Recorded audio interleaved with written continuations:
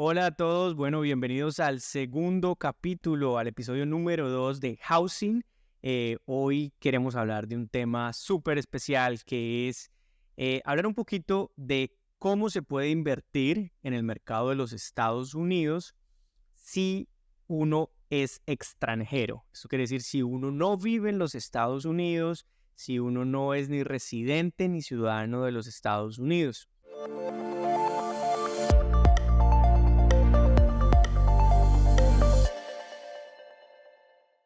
Camilo, ¿cómo estás hoy? Sebas, todo muy bien, afortunadamente. Bueno, contarle de pronto un poco a las personas que nos oyen. Hace una semana Sebas estuvo por aquí en Medellín visitando y bueno, mirando varias cosas y tuvimos la oportunidad, digamos, de grabar este episodio, pero por problemas en temas de audio no se pudo hacer. Sí, este es el segundo intento, pero es un tema como que tan importante que decidimos grabarlo de nuevo porque tuvimos problemas pues con el audio, cosas que pasan en el mundo digital, ¿no? Nos conecta más fácil y todo, pero bueno, hay que repetir y aquí estamos es para tener contenido de calidad. Y bueno, Medellín estuvo espectacular y fue como un comentario aparte, gratamente sorprendido en serio del nivel de desarrollo inmobiliario, de las condiciones del mercado inmobiliario y sobre todo de las condiciones del mercado inmobiliario de rentas cortas, de turístico y de inversiones. A propósito, el primer episodio, nuestro episodio de lanzamiento de Housing, para los que no lo han escuchado, es sobre Airbnb y rentas cortas. Entonces, por ese lado, gratamente sorprendido y espero que vamos a hacer de pronto un episodio de análisis con Camilo para hablar un poquito más del tema. ¿Cómo viste esa parte de Provenza en temas de que ya se empieza a ver mucho extranjero también por ahí caminando? Sí, se empieza, bueno, hace ya un par de añitos, yo creo que desde que, bueno, pero Provenza en sí, desde que se peatonalizó, es una calle pues espectacular, las vibras, como sobre todo como el ambiente que se forma, La ¿no? energía. Y eso yo creo que cautiva mucho al extranjero. Medellín tiene un componente bastante chévere de turismo gastronómico y creo que hay restaurantes de mucha calidad y ese ambiente pues es muy grato, que se combina con el clima. Entonces son cosas que obviamente llaman mucho la atención al extranjero. Todo Pero vamos a hablar de eso más adelante. más adelante.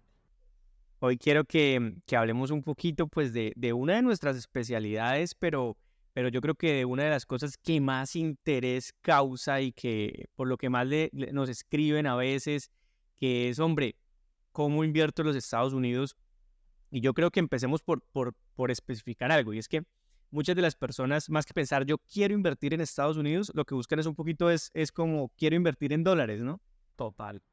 Y eso yo no sé si de pronto también es un problema mucho de Latinoamérica como tal, o lo he percibido aquí en Medellín, y es que no hay como esa facilidad en temas bancarios de vos poder hacer este tema de procesos de inversión en otras partes. No sé, Estados Unidos obviamente al ser una potencia, pues sus bancos permiten explorar estas alternativas hacia otros países, pero cuando es de Latinoamérica hacia allá, es más complicado este tema. Entonces, yo creo que esto es un punto fundamental y digamos que, bueno, poniendo un poco el contexto político que sucedió en Colombia el año pasado con las elecciones, ante digamos que ciertas preocupaciones, que eso pues no vamos a entrar en esa materia, mucha gente se empezó a preguntar, bueno, venga, yo quiero empezar a buscar alternativas afuera donde yo pueda diversificar en moneda, en riesgo país, y digamos que hasta ahí llegaba como ese empujón, o sea, las personas buscaban esa iniciativa, pero hasta ahí llegaban. Entonces, creo que esto es un episodio fundamental para aclarar ese tipo de dudas. Entonces, no sé, Seba, si empezamos como, sí, como contándole de pronto como ese paso a paso y esas alternativas también que podemos encontrar en Estados Unidos. Sí, claro, claro. Y para complementar un poco lo que tú dices, pues motiva mucho al inversionista internacional, al inversionista latinoamericano, como tú mencionas, el poder diversificar, sobre todo para cubrirse ese riesgo político y ese riesgo país, ¿no? Entonces, cada día, afortunadamente, pues con disrupciones tecnológicas y demás, hay como más alternativas para uno poder, como ciudadano a pie, como inversionista, digámoslo así, que de un nivel inicial, no estamos hablando ni de fondos institucionales, Sí. ni de capitales pues muy grandes, que son los que sí tienen acceso y siempre han tenido acceso a los mercados internacionales, sino estamos hablando más del sector retail, ¿no? De las personas que hasta ahora están entrando pues a invertir internacionalmente. Con eh, capitales más bajos también. Capitales más bajos, siempre buscan esa posibilidad de dolarizar. Inclusive, yo creo que mucha gente en Colombia, que a veces yo me sorprendo la cantidad, vamos a hablar de Colombia, pues que es el caso que conocemos, pero estoy seguro que es replicable, porque nosotros tenemos clientes de diferentes países, pero específicamente a lo que me refiero es que mucha gente ahorra en dólares, pero en dólares en efectivo, ¿no?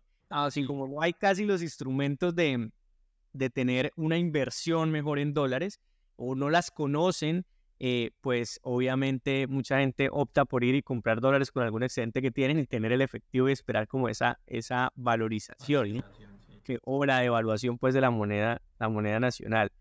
Entonces, vamos a hablar de que hay alternativas, vamos a hablar de que se puede invertir en el sector pues más llamativo que es el de real estate. De real estate.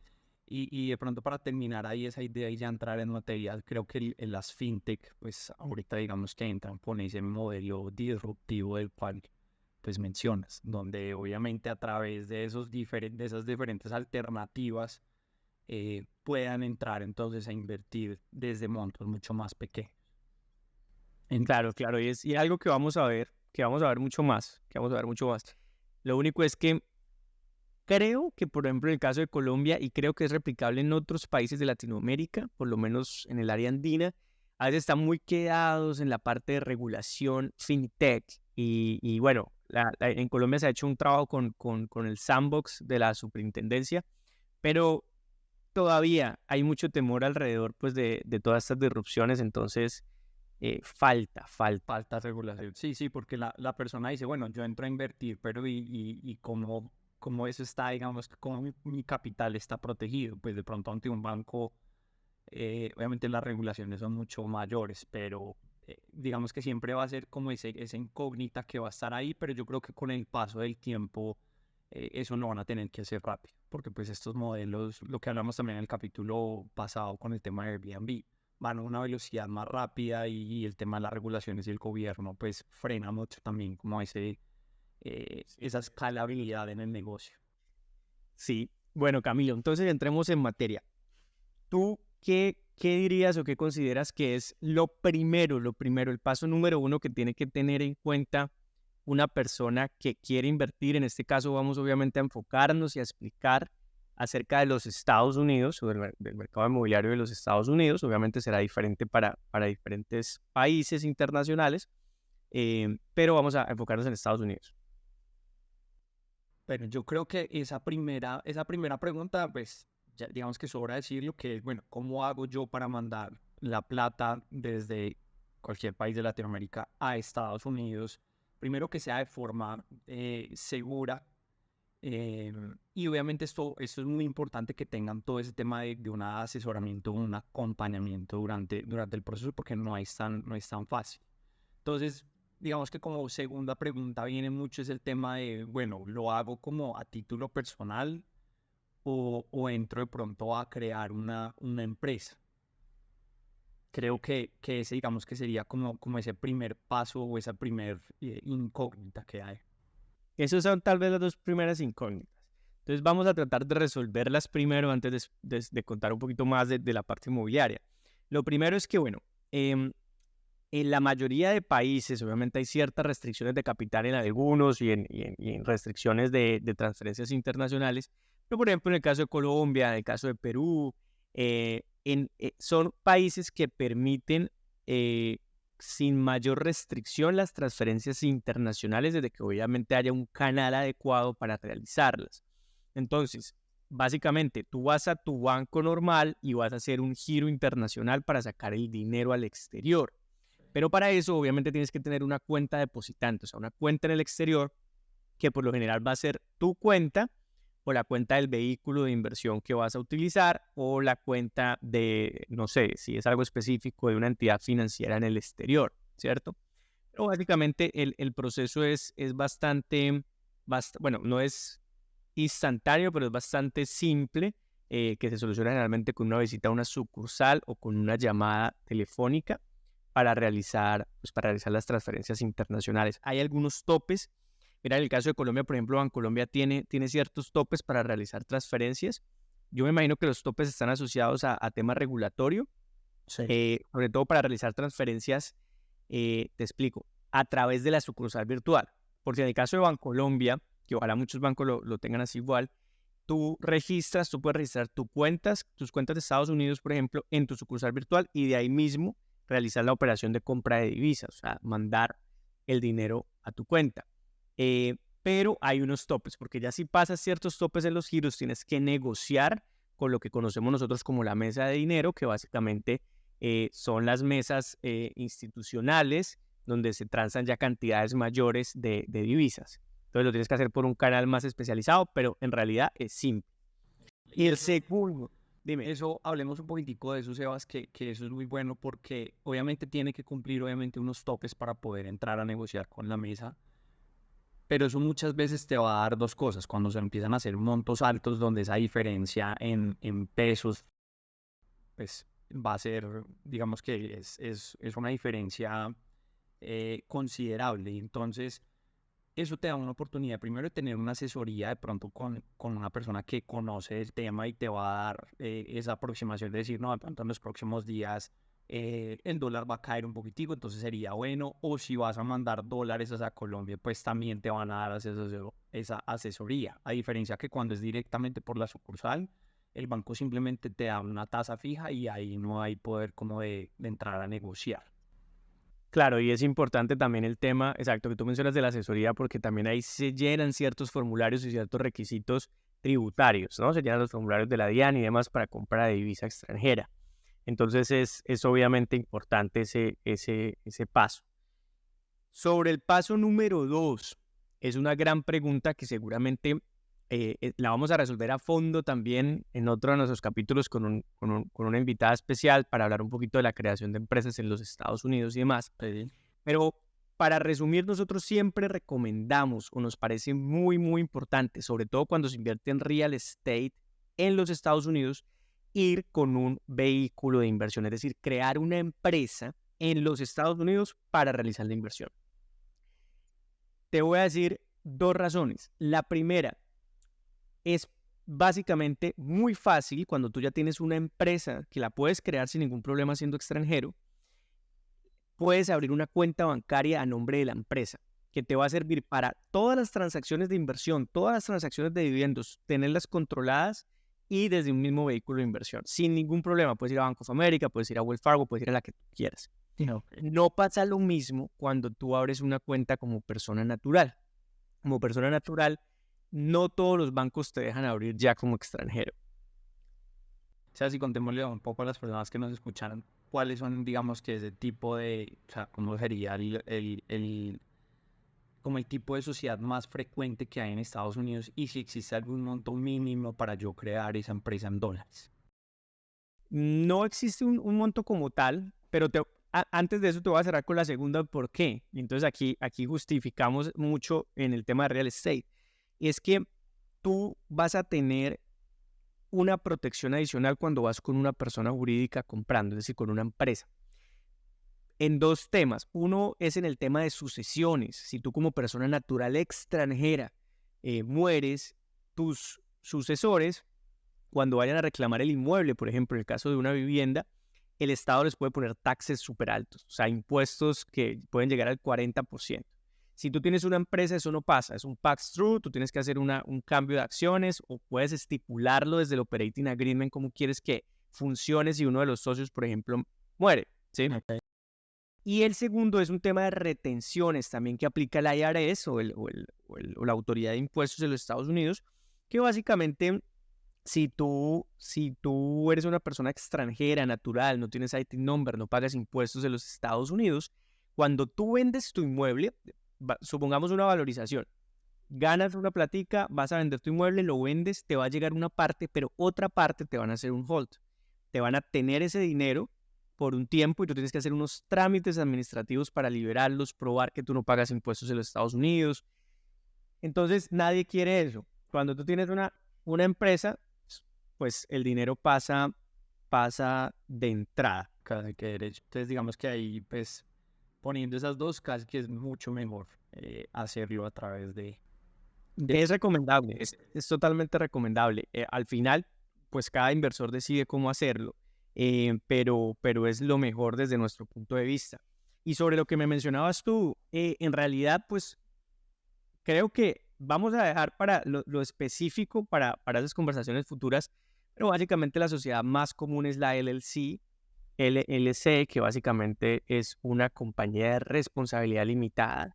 Es una compañía que sobre todo te da una protección también porque no compromete, llamémoslo así, el capital de los accionistas si algo pasa, si un accidente, si una demanda.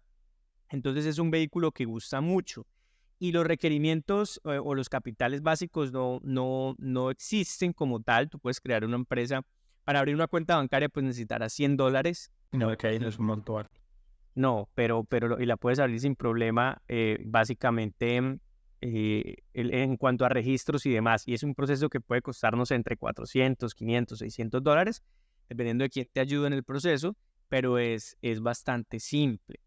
Ahora bien, yo creo que definido eso, Milo, o sea, ya sabemos que hay un apetito por invertir en dólares. Sí. Lo primero es definir los canales de salida y lo segundo es definir si voy a hacerlo a través de un vehículo o no. ¿Con qué me encuentro en el mercado? ¿En qué puede invertir una persona extranjera en los Estados Unidos en temas de real estate? Bueno, ahí digamos que hay varias opciones y en el lado de nosotros como Home Vacation Group, digamos que asesoramos mucho en el tema de real estate, es decir, para la compra de vivienda. Esa es una. Que puede ser obviamente para temas de renta vacacional o si la persona pues quiere ir a disfrutar también con su familia.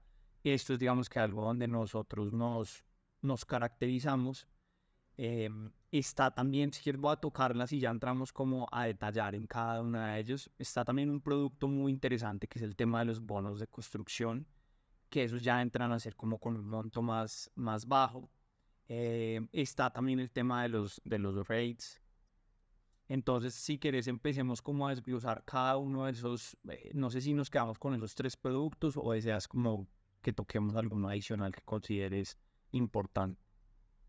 No, creo que los tres para real estate son como los más interesantes. Ahora, hay que decir algo antes. No más por el hecho de tú abrir una cuenta acá con tu empresa, además, tú puedes tener la inversión inicial o una inversión en dólares. O sea, no tienes que tener el dólares en cash, sino puedes tener en tu cuenta bancaria dólares. Entonces, antes, digamos que financieramente, ¿no? Antes de entrar a real estate. Pero ya eso sería como una cuenta casi que como un money market, es como una cuenta de débito. En general son cuentas, acá son cuentas de cheques, ¿cierto? Cuenta corriente. Acá, lastimosamente, paga muy poco las cuentas, tanto de ahorro como corrientes, o sea, los intereses son verdaderamente pequeños. Entonces, digamos que eso es más para yo tener los dólares. Ya, si quiero invertir, pues voy a tener que definir en qué. Entonces, voy a la bolsa, voy a money market, voy a renta fija, pero como tú dices, nos vamos a concentrar obviamente pues en el mercado de real estate, que es el que nos interesa en el podcast. Entonces, creo que esos tres que tú mencionas resumen muy bien las opciones de inversión. La primera, básicamente comprar vivienda. Pues eso es lo obvio. Puedes comprar vivienda sin problema siendo extranjero, al menos que estés en una lista de países específicas, Afganistán, inclusive bueno, Venezuela, pero otro tipo de países tiene ciertas restricciones. Pero si estás en Colombia, Ecuador, Argentina, Perú, Chile, Panamá, bueno, no hay ningún problema para adquirir viviendas. Y obviamente ahí tenemos un universo, ¿no? Como tú mencionas, tenemos las propiedades vacacionales para renta a corto plazo, pero tenemos también las residenciales para rentarlas por un año. Tenemos multifamilies, que son propiedades que tienen varias unidades, como comprar 3, 4 apartamentos. Todo lo que se considera multifamily obviamente hay de todas las escalas, ¿no? Yo puedo comprar un edificio entero de 100 apartamentos, pero hay multifamilies que simplemente son 2 apartamentos. Entonces, un duplex, un triplex, un fourplex y de ahí para arriba. Obviamente, dentro del real estate está comprar lotes, que es una inversión más a largo plazo de engorde. Pero lo importante es que todas esas las vas a poder comprar sin problema como extranjero y mucho más fácil si tienes la empresa en los Estados Unidos. Algo importante que hay que mencionar, Milo, es que desde la pandemia, obviamente, la digitalización nos llevó a que prácticamente todos los cierres se lleven, bueno, el 90% de los cierres, cuando hablo de cierres es el momento en que tú ya vas y firmas las escrituras, das lo que falta de dinero, el banco si vas con un crédito pone el dinero que falte, se pueden hacer prácticamente que online, o sea, todo lo firmas digital, claro, y no tienes ningún problema desde ese aspecto.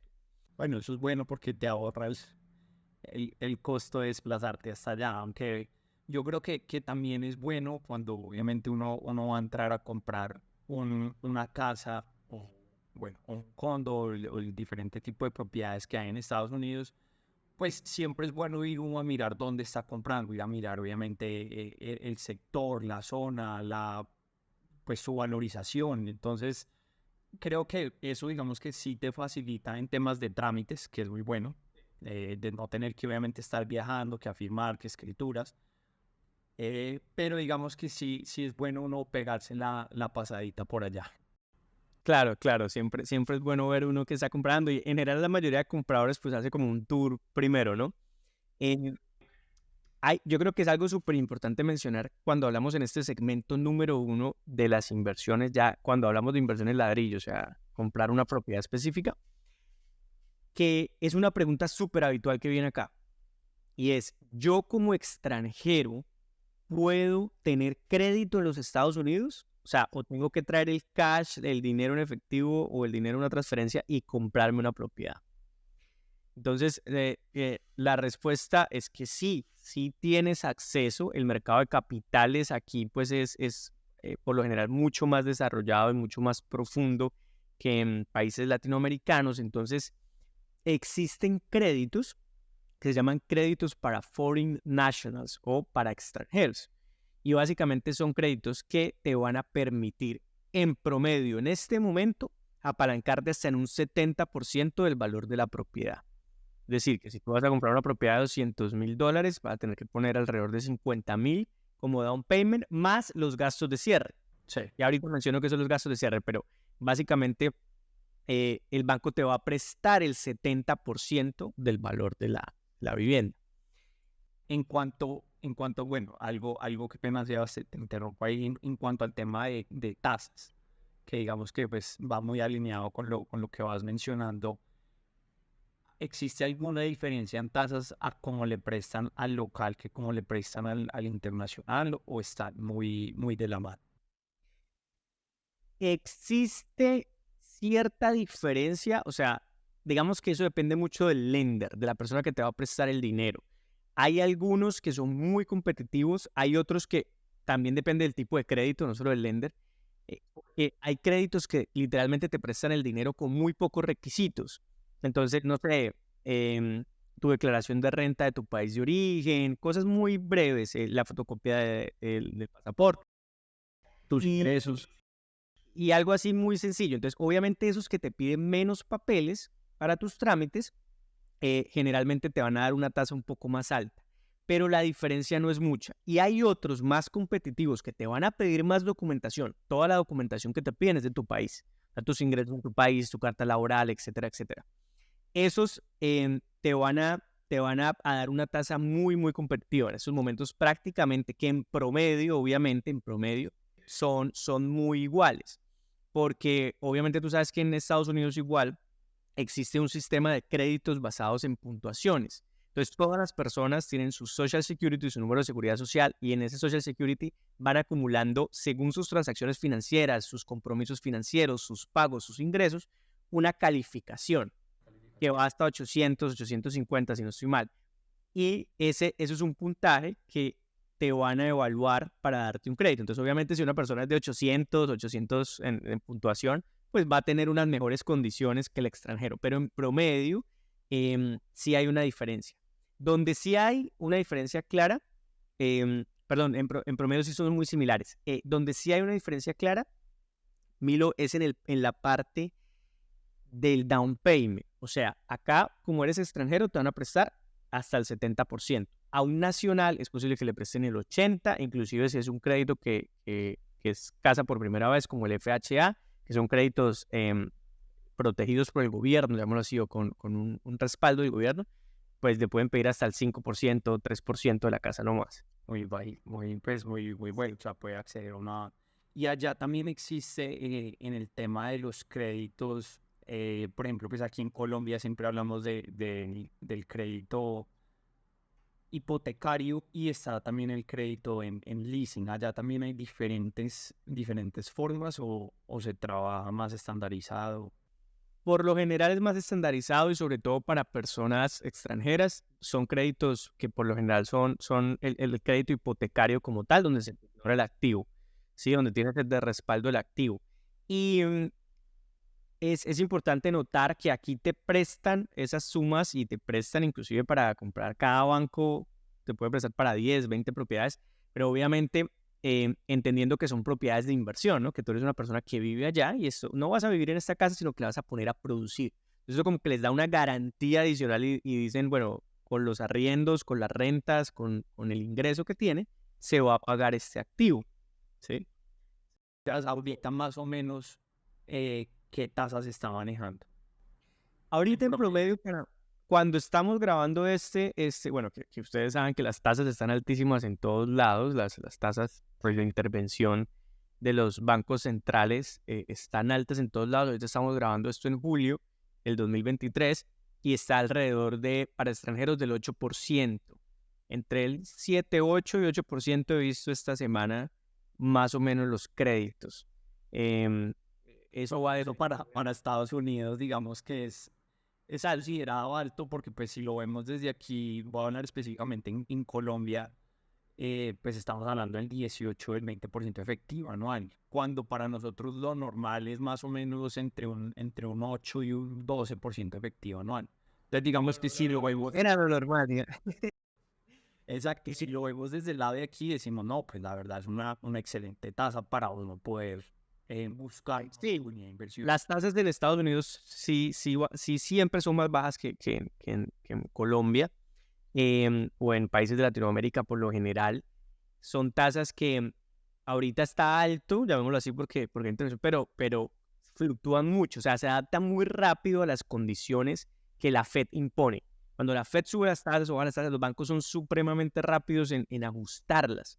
Entonces, tú si empiezan a bajar las tasas, vas a ver que ellos van a ajustar las tasas muy rápido. Entonces, obviamente pasa lo mismo en Colombia y en otros países, según como marque la política monetaria del país, pero básicamente siempre vas a tener una diferenciación importante. Cuando Colombia están en 8, acá están en 3, o ese tipo de magnitudes. No, entonces, por ejemplo, pues digamos que ahora, a pesar de que vos decís, no, es que las tasas están muy altas y de pronto alguien está pensando en buscar oportunidades de inversión en el extranjero, pues es una tasa muy buena.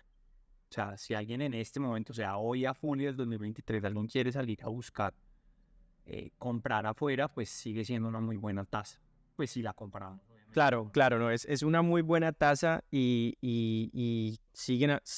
hay oportunidades y al final pues las tasas tú las tienes que contrastar mucho es con los retornos de la inversión, porque obviamente es ahí donde se mira si algo pues es rentable y tiene sentido o si definitivamente no lo tiene. Bueno, entonces eso es como de las cosas más importantes que puedes tener en cuenta cuando hablamos del tema de créditos y el tema de inversión como en la parte 1, ¿no? O sea, esa fue la 1. Esa fue la 1. Listo, pero entonces aterricemos un poquitico la idea. Si la persona entonces va a entrar a comprar una propiedad en los Estados Unidos, entonces lo primero va a ser el tema de creación, mirar si se va a hacer por el lado de persona o de empresa, que ya habíamos dicho que es mejor por empresa. Lo segundo es abrir el tema de la cuenta bancaria en Estados Unidos. Luego de eso ya es empezar a mandar los recursos a la cuenta, ¿cierto? Y ya toquemos un poco el tema de cómo vamos, o sea, cómo entonces la persona va a empezar a buscar los proyectos, qué necesita, qué otras cosas más necesita la persona para poder hacer la compra. Claro. Mira, aquí viene ya de pronto un poquito la parte de asesoramiento. Por lo general, uno de los Estados Unidos, o sea, tú puedes perfectamente buscar una propiedad. Hay herramientas espectaculares, Zillow, por ejemplo, que es algo brutal porque vas a ver un universo de propiedades de todo tipo, puedes hacer filtro, puedes buscar en todo Estados Unidos. Em, Tienes otras como ForPad, tienes Redfind, tienes diferentes formas de buscar y acá sí existe, ¿no? Como por ejemplo, es el equivalente, no sé, a metro cuadrado o a finca raíz en Colombia, pero mucho más potente. Pero Pero ahí el tema del acompañamiento pues es fundamental, porque claro, vos entras en esto y miras todo este mundo de propiedades, pero entonces hay que entrar a mirar cuál va a ser primero el objetivo, que casi que digamos que en Home Vacation la mayoría compran la propiedad para ponerla en renta vacacional, y allí es donde nosotros, digamos, como Home Vacation Group, pues empezamos a asesorar a la persona a buscar en qué sectores tienen mayores valorizaciones, qué proyectos nuevos se están desarrollando, como también para buscar como esa espera de pronto para que la persona consiga los recursos, o si lo necesita ya pues de pronto buscar proyectos que ya están terminando o buscar algunos proyectos buenos de segunda, porque va a ser muy importante en la zona para que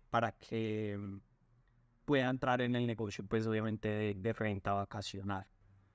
claro, claro, el asesoramiento es fundamental y sobre todo pues para un extranjero. Acá estamos hablando de cómo invertir en los Estados Unidos, es un país completamente diferente en regulación y demás, y aunque acá estamos dando como un brochazo a las cosas, obviamente es diferente, un acompañamiento ya más profundo. En Estados Unidos, por lo general, tú tienes lo que se conoce como realtors, o sea, hay empresas como nosotros que obviamente tenemos un equipo de realtors y un equipo de property management y un equipo de analistas financieros para buscar proyectos. Pero, pues, supongamos que tú tienes un realtor. Un realtor, bueno, realtor es como una asociación, en realidad es real estate agent, y se agremian en una cosa que se llama realtors. Pero entonces, básicamente, el realtor te va a asesorar en ese proceso. ¿Qué recomendaría yo? Si tú eres extranjero, obviamente buscar un realtor que esté especializado en ese tipo de transacciones. O sea, porque yo muchas veces, al principio cuando hablábamos con algunos clientes y yo tenía que definir a Home Vacation, yo a Home Vacation lo defino mucho como un traductor, pero un traductor no en sentido de traducir las cosas de inglés a español, sino de traducirte a ti como inversionista internacional todas las leyes, toda la regulación, todo el proceso de compra, conectarte con las personas, conectarte con los bancos para ese proceso, ¿sí? Entonces, es mira, esto es el equivalente a esto en tu país, entonces para que tengas en cuenta cómo es el proceso. Pero definitivamente vas a necesitar, ese acompañamiento es muy aconsejable, ¿no? Por lo menos en las primeras transacciones, y que tú sepas bien qué es lo que quieres invertir. Y ahí tengo que hacer un comentario. Y el comentario es que, como en todo, hay diferentes niveles de asesores, diferentes niveles de realtors, ¿sí? Tener una licencia de real estate es en teoría muy fácil. O sea, es un examen, es un curso, un examen y ya. Pero en sí la práctica es completamente compleja. Y las personas serias en este tema se especializan mucho. O sea, se especializan en multifamily, se especializan en comercial, en single families, en vacacionales, como hablábamos ahorita. Y también hay mucha gente que literalmente, como en todo negocio, te intenta a ti vender por vender, lo llamo yo, que básicamente es buscar, te muestran un proyecto, como tú eres una persona extranjera, te muestran un proyecto, este proyecto es buenísimo para la renta, te muestran el proyecto y lo compras y te ponen un crédito y terminas estancado y emproblemado porque compraste un proyecto que los arriendos no te dan para cubrir el mortgage, por ejemplo, la hipoteca. Entonces, como en todo, hay que buscar bien, hay que asesorarse bien y hacer como un due diligence también de la gente con la que uno va a trabajar. Pero también hay muchas personas muy buenas y muy capacitadas y que hacen un trabajo súper bueno. y tienen en cuenta ese inversionista internacional. Afortunadamente, por lo menos en Florida, Florida es un estado de lo que llamamos como absent owner, que básicamente son propietarios ausentes. O sea, Florida es un estado por excelencia de inversión, no solo internacional, sino también nacional. Entonces, muchas personas de alrededor del país y de alrededor de Latinoamérica y de otros lugares, por ejemplo, los chinos tienen muchísimo acá, compran aquí. Entonces, eso lleva a que muchos real estate agents estén especializados también en compradores internacionales, que de pronto en otros estados no pasa tanto, ¿no? No pasa tanto, sí. Sí, Orlando sin duda, pues es un destino de muchas personas, pues de otros países llegan a invertir. Y porque obviamente es una ciudad que tiene mucho turista, llega mucho turista al año. Entonces, pues para cubrir toda esa demanda, eh, las inversiones en estos proyectos son bastante buenas. Sebas, en Orlando, vos que estás en Orlando, ¿cuál sería un promedio del valor de la casa? ¿Y qué amenidades tendría esa casa? No, mira, o sea, eso depende mucho de lo que estés buscando, lo que busque el inversionista y eso, como las tasas van a variar siempre. Yo digo que hoy en día para buscar una casa, por lo menos en el área en el sector vacacional, tú tienes que estar pensando por encima de los $300,000, $150,000. Residencial también, tal vez también, ¿no? En cosas que valgan la pena, porque obviamente hay activos más baratos, pero que sacarles el dinero o la rentabilidad es mucho más complejo. Pero eso pues depende mucho del tipo de producto. Y creo que ahí podemos hacer un empalme con el tipo de producto número 2. Porque em, creo que vamos a hablar del número 2, que es un producto específico que nosotros manejamos en alianza con una constructora, pero que nació como de esa necesidad de diversificación que hablamos al principio de la gente en dólares, ¿no? Entonces, hablemos un poquito de qué es un bono constructor para que la gente entienda eso, Camilo. Bueno, digamos que este producto lo que busca es lo que decía Sebas, obviamente entrar a invertir en la parte inmobiliaria desde montos más bajos. Entonces, en este bono constructor digamos que lo que se va a hacer es una prenda de garantía sobre un lote en donde se va a desarrollar una casa. Entonces lo que hace la persona es pone este capital, a esa persona se le va a dar la garantía del lote, ahí se desarrolla la casa y luego obviamente esta casa se sale a vender. Este producto o sea, no es específicamente entrar a comprar la casa, sino digamos que va a ser como un apoyo a la financiación del proyecto. Claro, un instrumento de deuda. O sea, un bono al final en finanzas, pues para explicarlo más fácil, también es un instrumento de deuda, ¿no? O sea, es Sí, como invertir en un vehículo que tiene la deuda característica de lo que llamamos renta fija.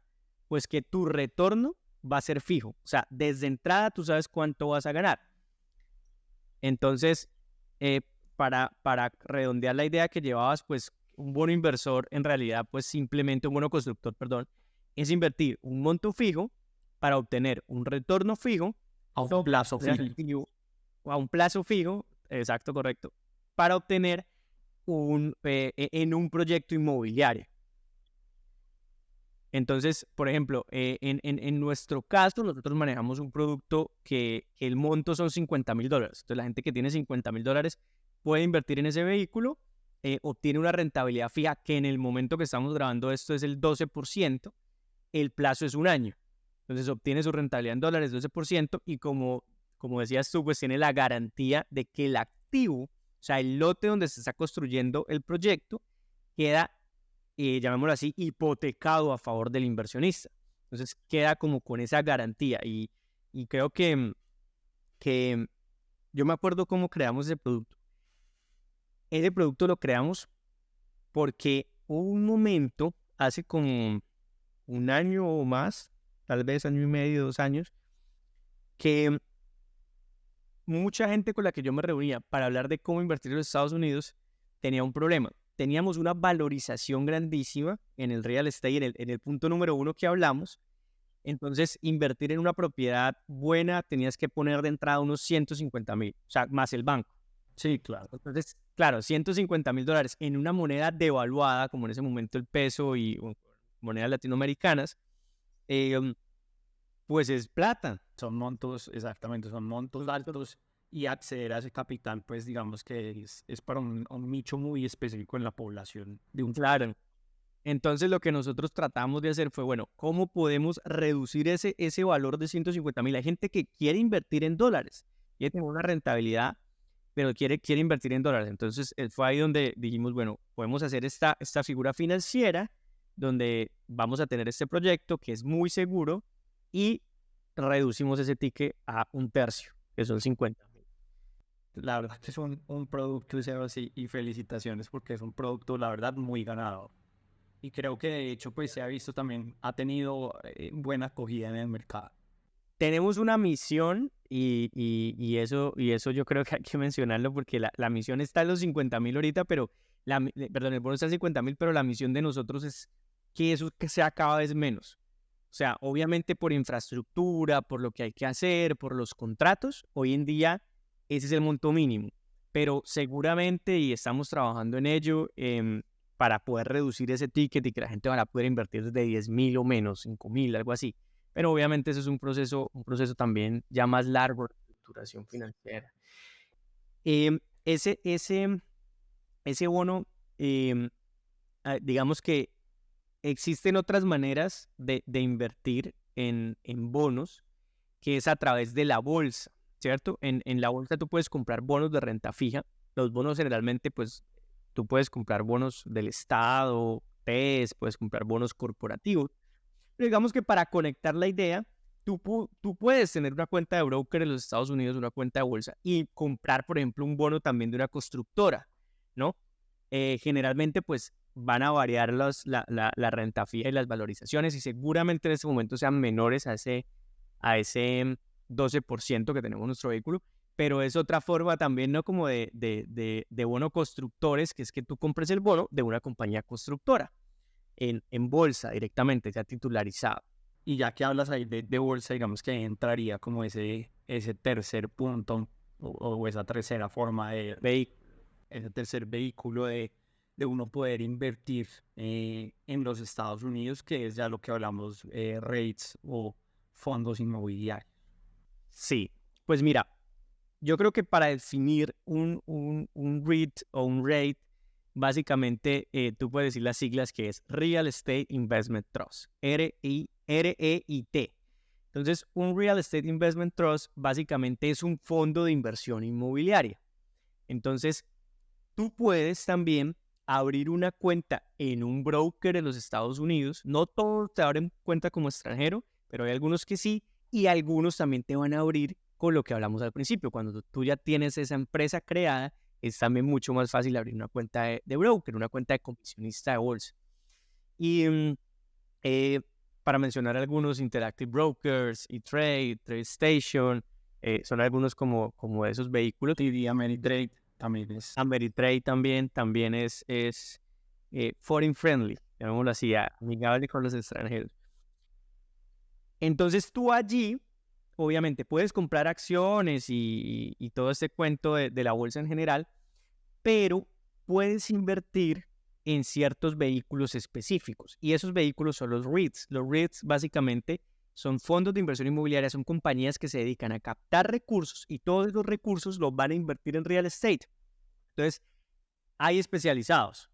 Hay los que son para hoteles, hay los que son para hospitales, para centros comerciales y obviamente todos se desempeñan diferentes según la rentabilidad que tiene. Básicamente es un fondo que coge todo su dinero, lo invierte en estos activos, los explota y esas son sus ganancias y su rentabilidad. Entonces, es como uno tener un pedacito de eso. ¿No? Exactamente, es fraccionar, son fracciones de inversión.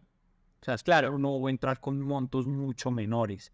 Y yo creo que cuando se entra, digamos que a comprar este instrumento, pues en lo que decías vos, hay que entrar, no es simplemente es porque es un REIT, voy a entrar a comprarlo a ojos cerrados, sino es, venga, yo miro en qué están invertidos. Claro, hay que hacer un proceso ya de due diligence. Es una inversión, digámoslo así, que pasiva, en que tú ya no tienes que buscar la casa que quieres invertir, el apartamento o el sector, y que puedes invertir desde $100, $200, algo muy pequeño, para empezar en el mundo inmobiliario. pero tienes que igual hacer un due diligence, tienes que mirar, ojalá, en qué invierte, cuáles son los estados financieros, estos sí están ganando plata o están perdiendo, porque como las acciones van a subir y van a bajar según su desempeño. Pero a mí me encanta igual mencionar los REITs porque creo que en este momento, por lo menos, son lo que más tiene democratizado la inversión en real estate. O sea, tú puedes invertir en real estate desde muy pequeñito, desde $100, $200, utilizando un REIT. Y mira que ahora hay compañías, Milo, que se especializan en algo que se llama eREIT o Electronic Real Estate Investment Trust, que básicamente son aplicaciones, como mencionabas al principio, fintech, que tú puedes abrir una cuenta. Bueno, va a ser una salvedad, y es que muchas de ellas todavía no aceptan foreign nationals, o sea, no aceptan extranjeros. Ya si tienes una cuenta empresarial es posible que te la abran. Pero entonces, básicamente son compañías privadas, tú ya no compras directamente, no tienes que abrir la cuenta de broker, sino que tú abres en tu aplicación la cuenta y ellos manejan 200, 300, 500 millones de dólares y van y compran ese real estate. Entonces es también ya más fácil porque es como si tú tuvieras una wallet en el celular, o sea, ni siquiera te saltas el paso del broker.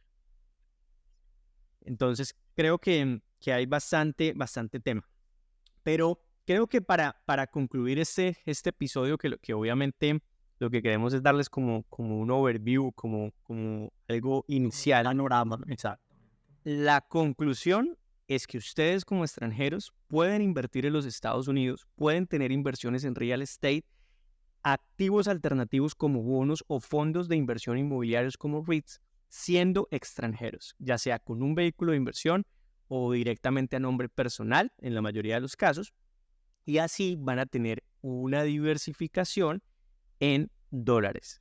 Y en su portafolio también, digo, que ahí vas a tener un abanico de opciones en los cuales te vas a mover, que va a depender obviamente de tu perfil de riesgo, de tu monto de inversión, y eso pues ya obviamente con una debida asesoría pues vas a poder invertir y diversificar. Y lo que vos decías, pues entrar a diversificar, que es lo más importante, en riesgo país y en riesgo moneda.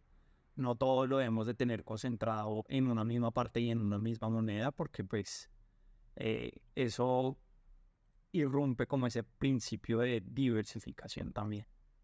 Sí, y con tantas volatilidades pues es recomendable. Yo creo que así cerramos pues este episodio y decirles que el próximo episodio será con un invitado especial, entonces vamos a hablar más de finanzas, vamos a hablar de activos alternativos y bueno, estamos sintonizados. Recuerden suscribirse en nuestro canal de YouTube y seguirnos en el podcast en Spotify. Gracias.